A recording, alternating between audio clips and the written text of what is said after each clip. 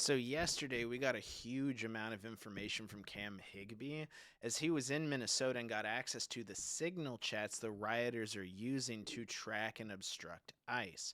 Now, Signal is an application that they use a lot like a Slack to communicate and coordinate with each other. And this is huge news as this information allegedly shows orchestration by important government connected individuals.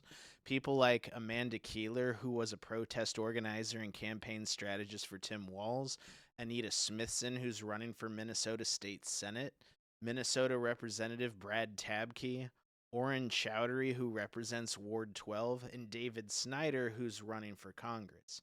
This is huge, and there was a concerted effort by people online to comb through this information, so let's go through it together.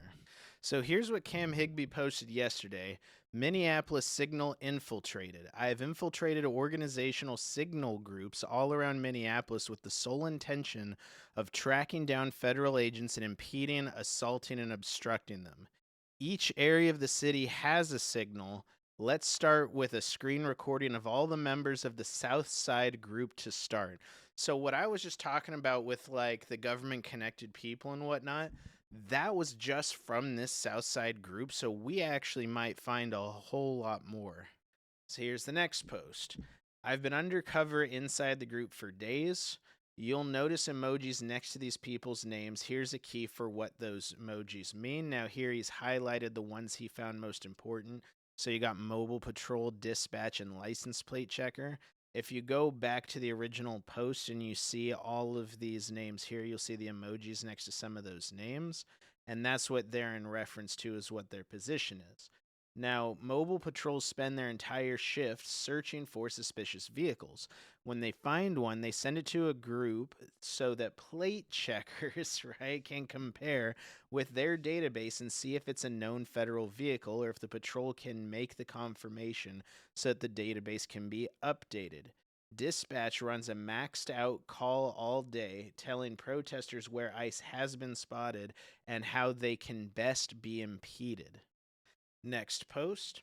For each occupation or shift position, protesters have to undergo training.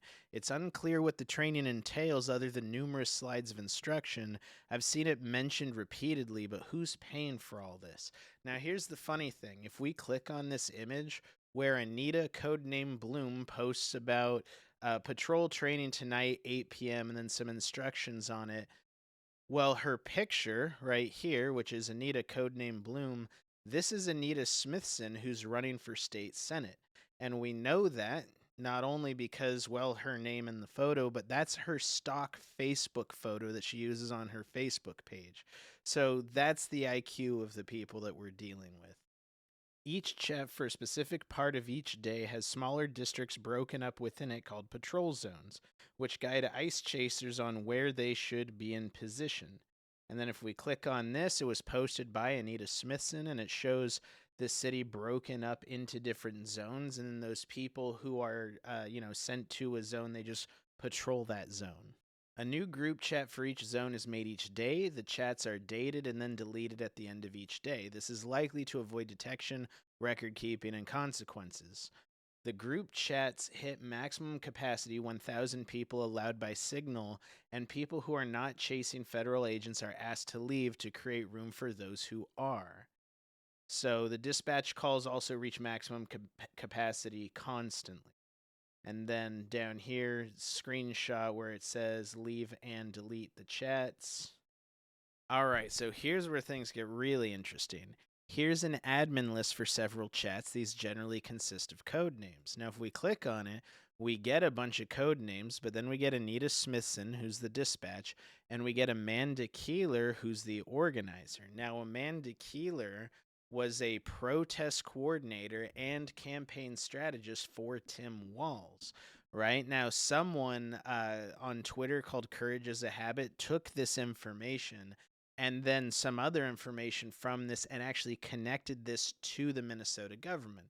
So the other piece of information is this acronym SALUTE. So these rioters use this acronym. They post it constantly to remember what they're supposed to be doing when they're out in the field. And so what you have is Courage is a Habit ended up posting this.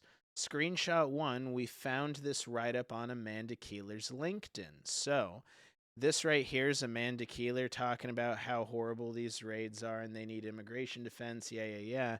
And she posts Monarch, Minnesota, which Monarch, Minnesota is an anti-ICE organization. They're an ICE watch group, right? Now, the other thing is he found on, so this is screenshot 2 from Minnesota's government website. You can see the salute acronym in its entirety here, but then Monarch as a rapid response line. Right now, I actually looked this up to verify it.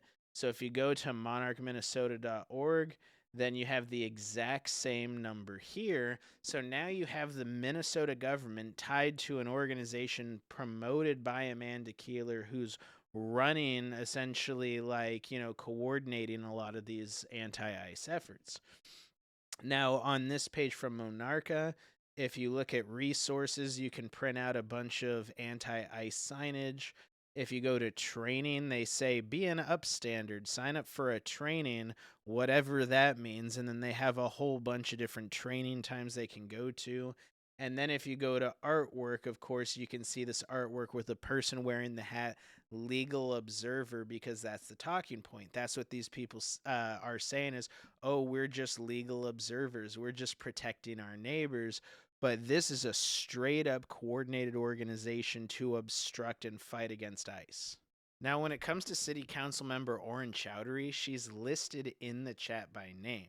And when it comes to local politician Dave Snyder, he's the admin listed as Loco TO Dave. And then when it comes to Brad Tabke, the link for dispatch training is actually on his personal website. So he may be running some training sessions. Besides these guys, there's also media contacts from NPR, Reuters, and Mercado Media so they can get any propaganda off the people on the ground. So now it looks like there's clear connection between Minnesota politicians coordinating the anti-ICE rioters on the ground. The picture's unfolding to look very much like a mafia-style run Minnesota, and I gotta tell you, I really think this is just the tip of the iceberg. I'll bet there are many other states with similar coordination, especially considering this chat's been linked to a New York group as well. But what we're looking at may very well be the start to civil war. We can't allow organizations like this to go on.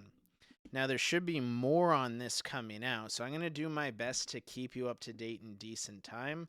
And as always, thanks for watching.